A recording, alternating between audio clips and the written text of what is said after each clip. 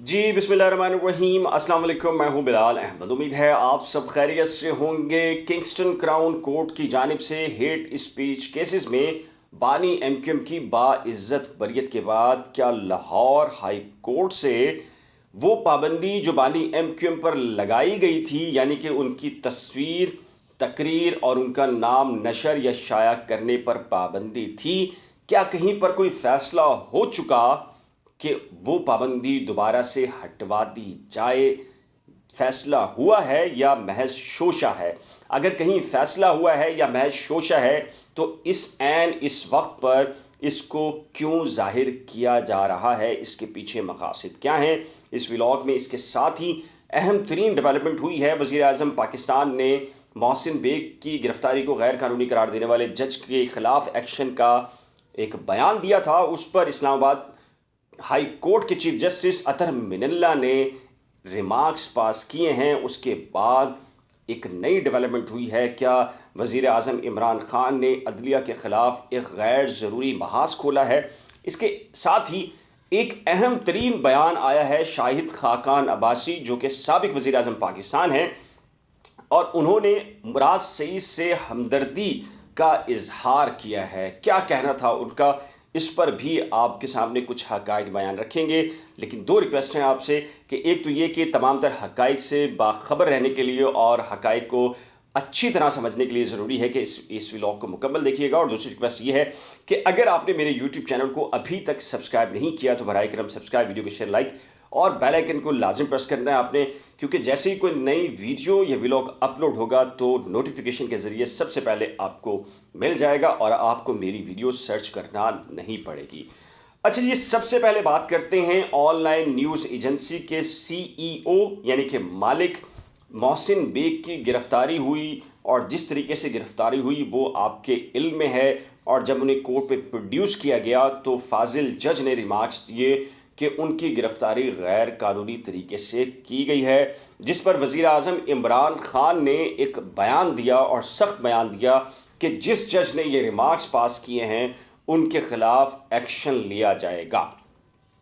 जब इसके बारे में इस्लामाबाद हाई कोर्ट के चीफ जस्टिस अतर मिनल्ला ने जब ये सुना तो उन्होंने एक केस के दौरान ये रिमार्क्स दिए कि जो मर्जी आए कर लिया जाए, उनके जो जज हैं उनको डराया नहीं जा सकता, हुकूमत उन पर दबाव नहीं डाल सकती।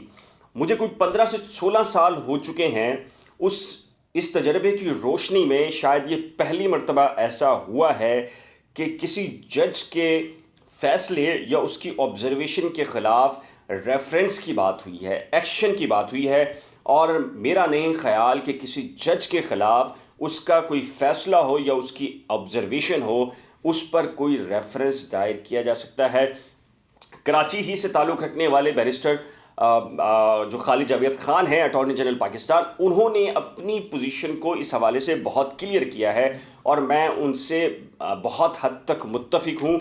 उन्होंने एडवोकेट जनरल जो इस्लामाबाद थे उनकी नफ़ी की है, उनके बयान की, कि उन्होंने ये कहा था कि रेफरेंस दायर हो सकता है। बुनियादी तौर पर एक जज अगर कोई फ़ैसला दे उसके ख़िलाफ़ अपील ज़रूर हो सकती है, लेकिन उस पर एक्शन या रेफरेंस दायर नहीं किया जा सकता। इसलिए ये अब दिखाई दे रहा है कि कानूनी महाज पर भी वफाकी हुकूमत ने गैर ज़रूरी तौर पर एक महाज आराई खड़ी कर ली है, और उसका नुकसान डेफिनेटली आने वाले वक्तों में अगर किसी को हो सकता है तो वो सबसे बड़ा नुकसान ख़ुद वज़ीर आज़म इमरान ख़ान को हो सकता है, जिनके ख़िलाफ़ अपोजिशन इस वक्त सख्त तरीन महाज को खोले हुए है। आपके इल्म में होगा कि जहांगीर तरीन और शहबाज शरीफ के माबैन भी एक मुलाकात हुई है, और उस मुलाकात में ज़ाहिर है जो PTI के MPAs हैं बड़ी तादाद में, अगर वो अदम एतमाद की तहरीक में अगर वो अपोजिशन का साथ देते हैं तो डेफिनेटली एक बड़ा नुकसान होगा। और ऐसी सूरत में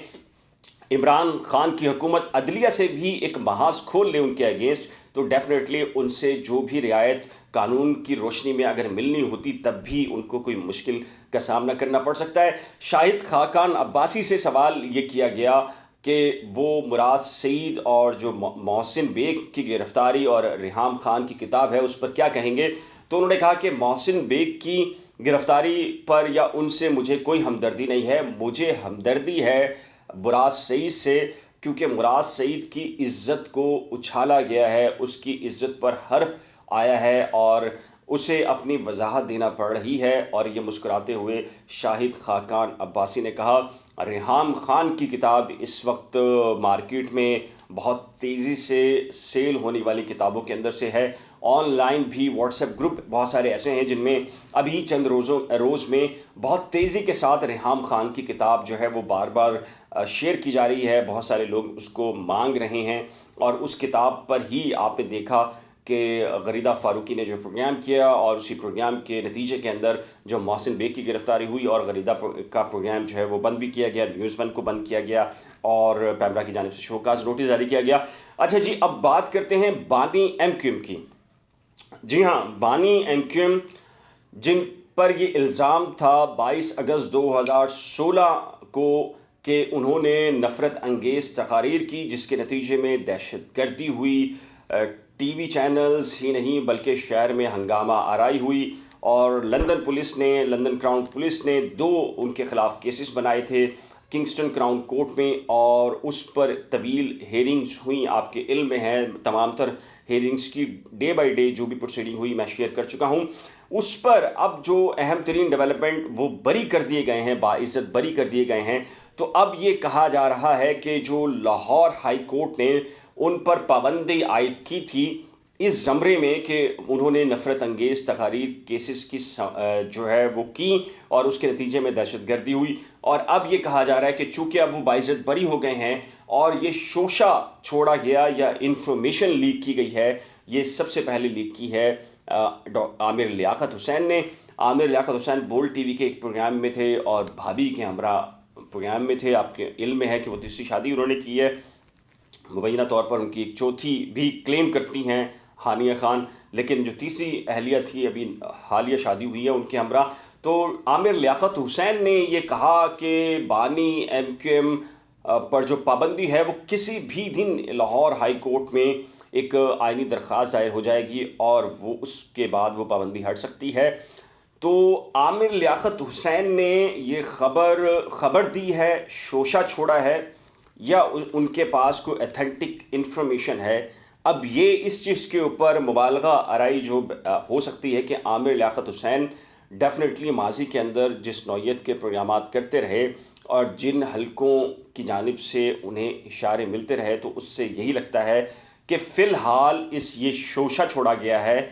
और जो मैं आपको बता चुका हूँ कि सिंध के अंदर जो एथनिक डिविजन्स है और उसको बैलेंस करने का मामला है, शायद लगता यह है कि एक महज अभी फ़िलहाल इस स्टेज के ऊपर शोशा है और ये देखा जाएगा कि बानी एमक्यूएम कुछ अरसे तक कौन से बयान देते हैं। आज भी बानी एमक्यूएम ने एक सख्त बयान दिया है, वो भी पाकिस्तानी इस्टेब्लिशमेंट और पाक फ़ौज से मुतल्लिक है।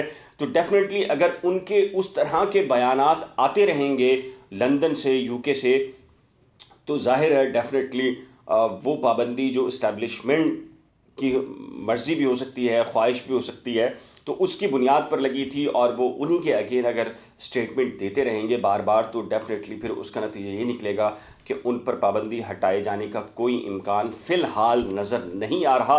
लेकिन आमिर लियाकत हुसैन ने अगर ये बात की है तो डेफिनेटली कुछ ना कुछ तो हिलजुल है और वो आने वाले चंद दिनों में हिलजुल वाज़े तौर पर नज़र भी आ जाएगी। इस व्लॉग से मुतल्लिक़ आपकी क्या कीमती राय है? अपनी कीमती राय का इज़हार नीचे दिए गए कमेंट सेक्शन में ज़रूर कीजिएगा।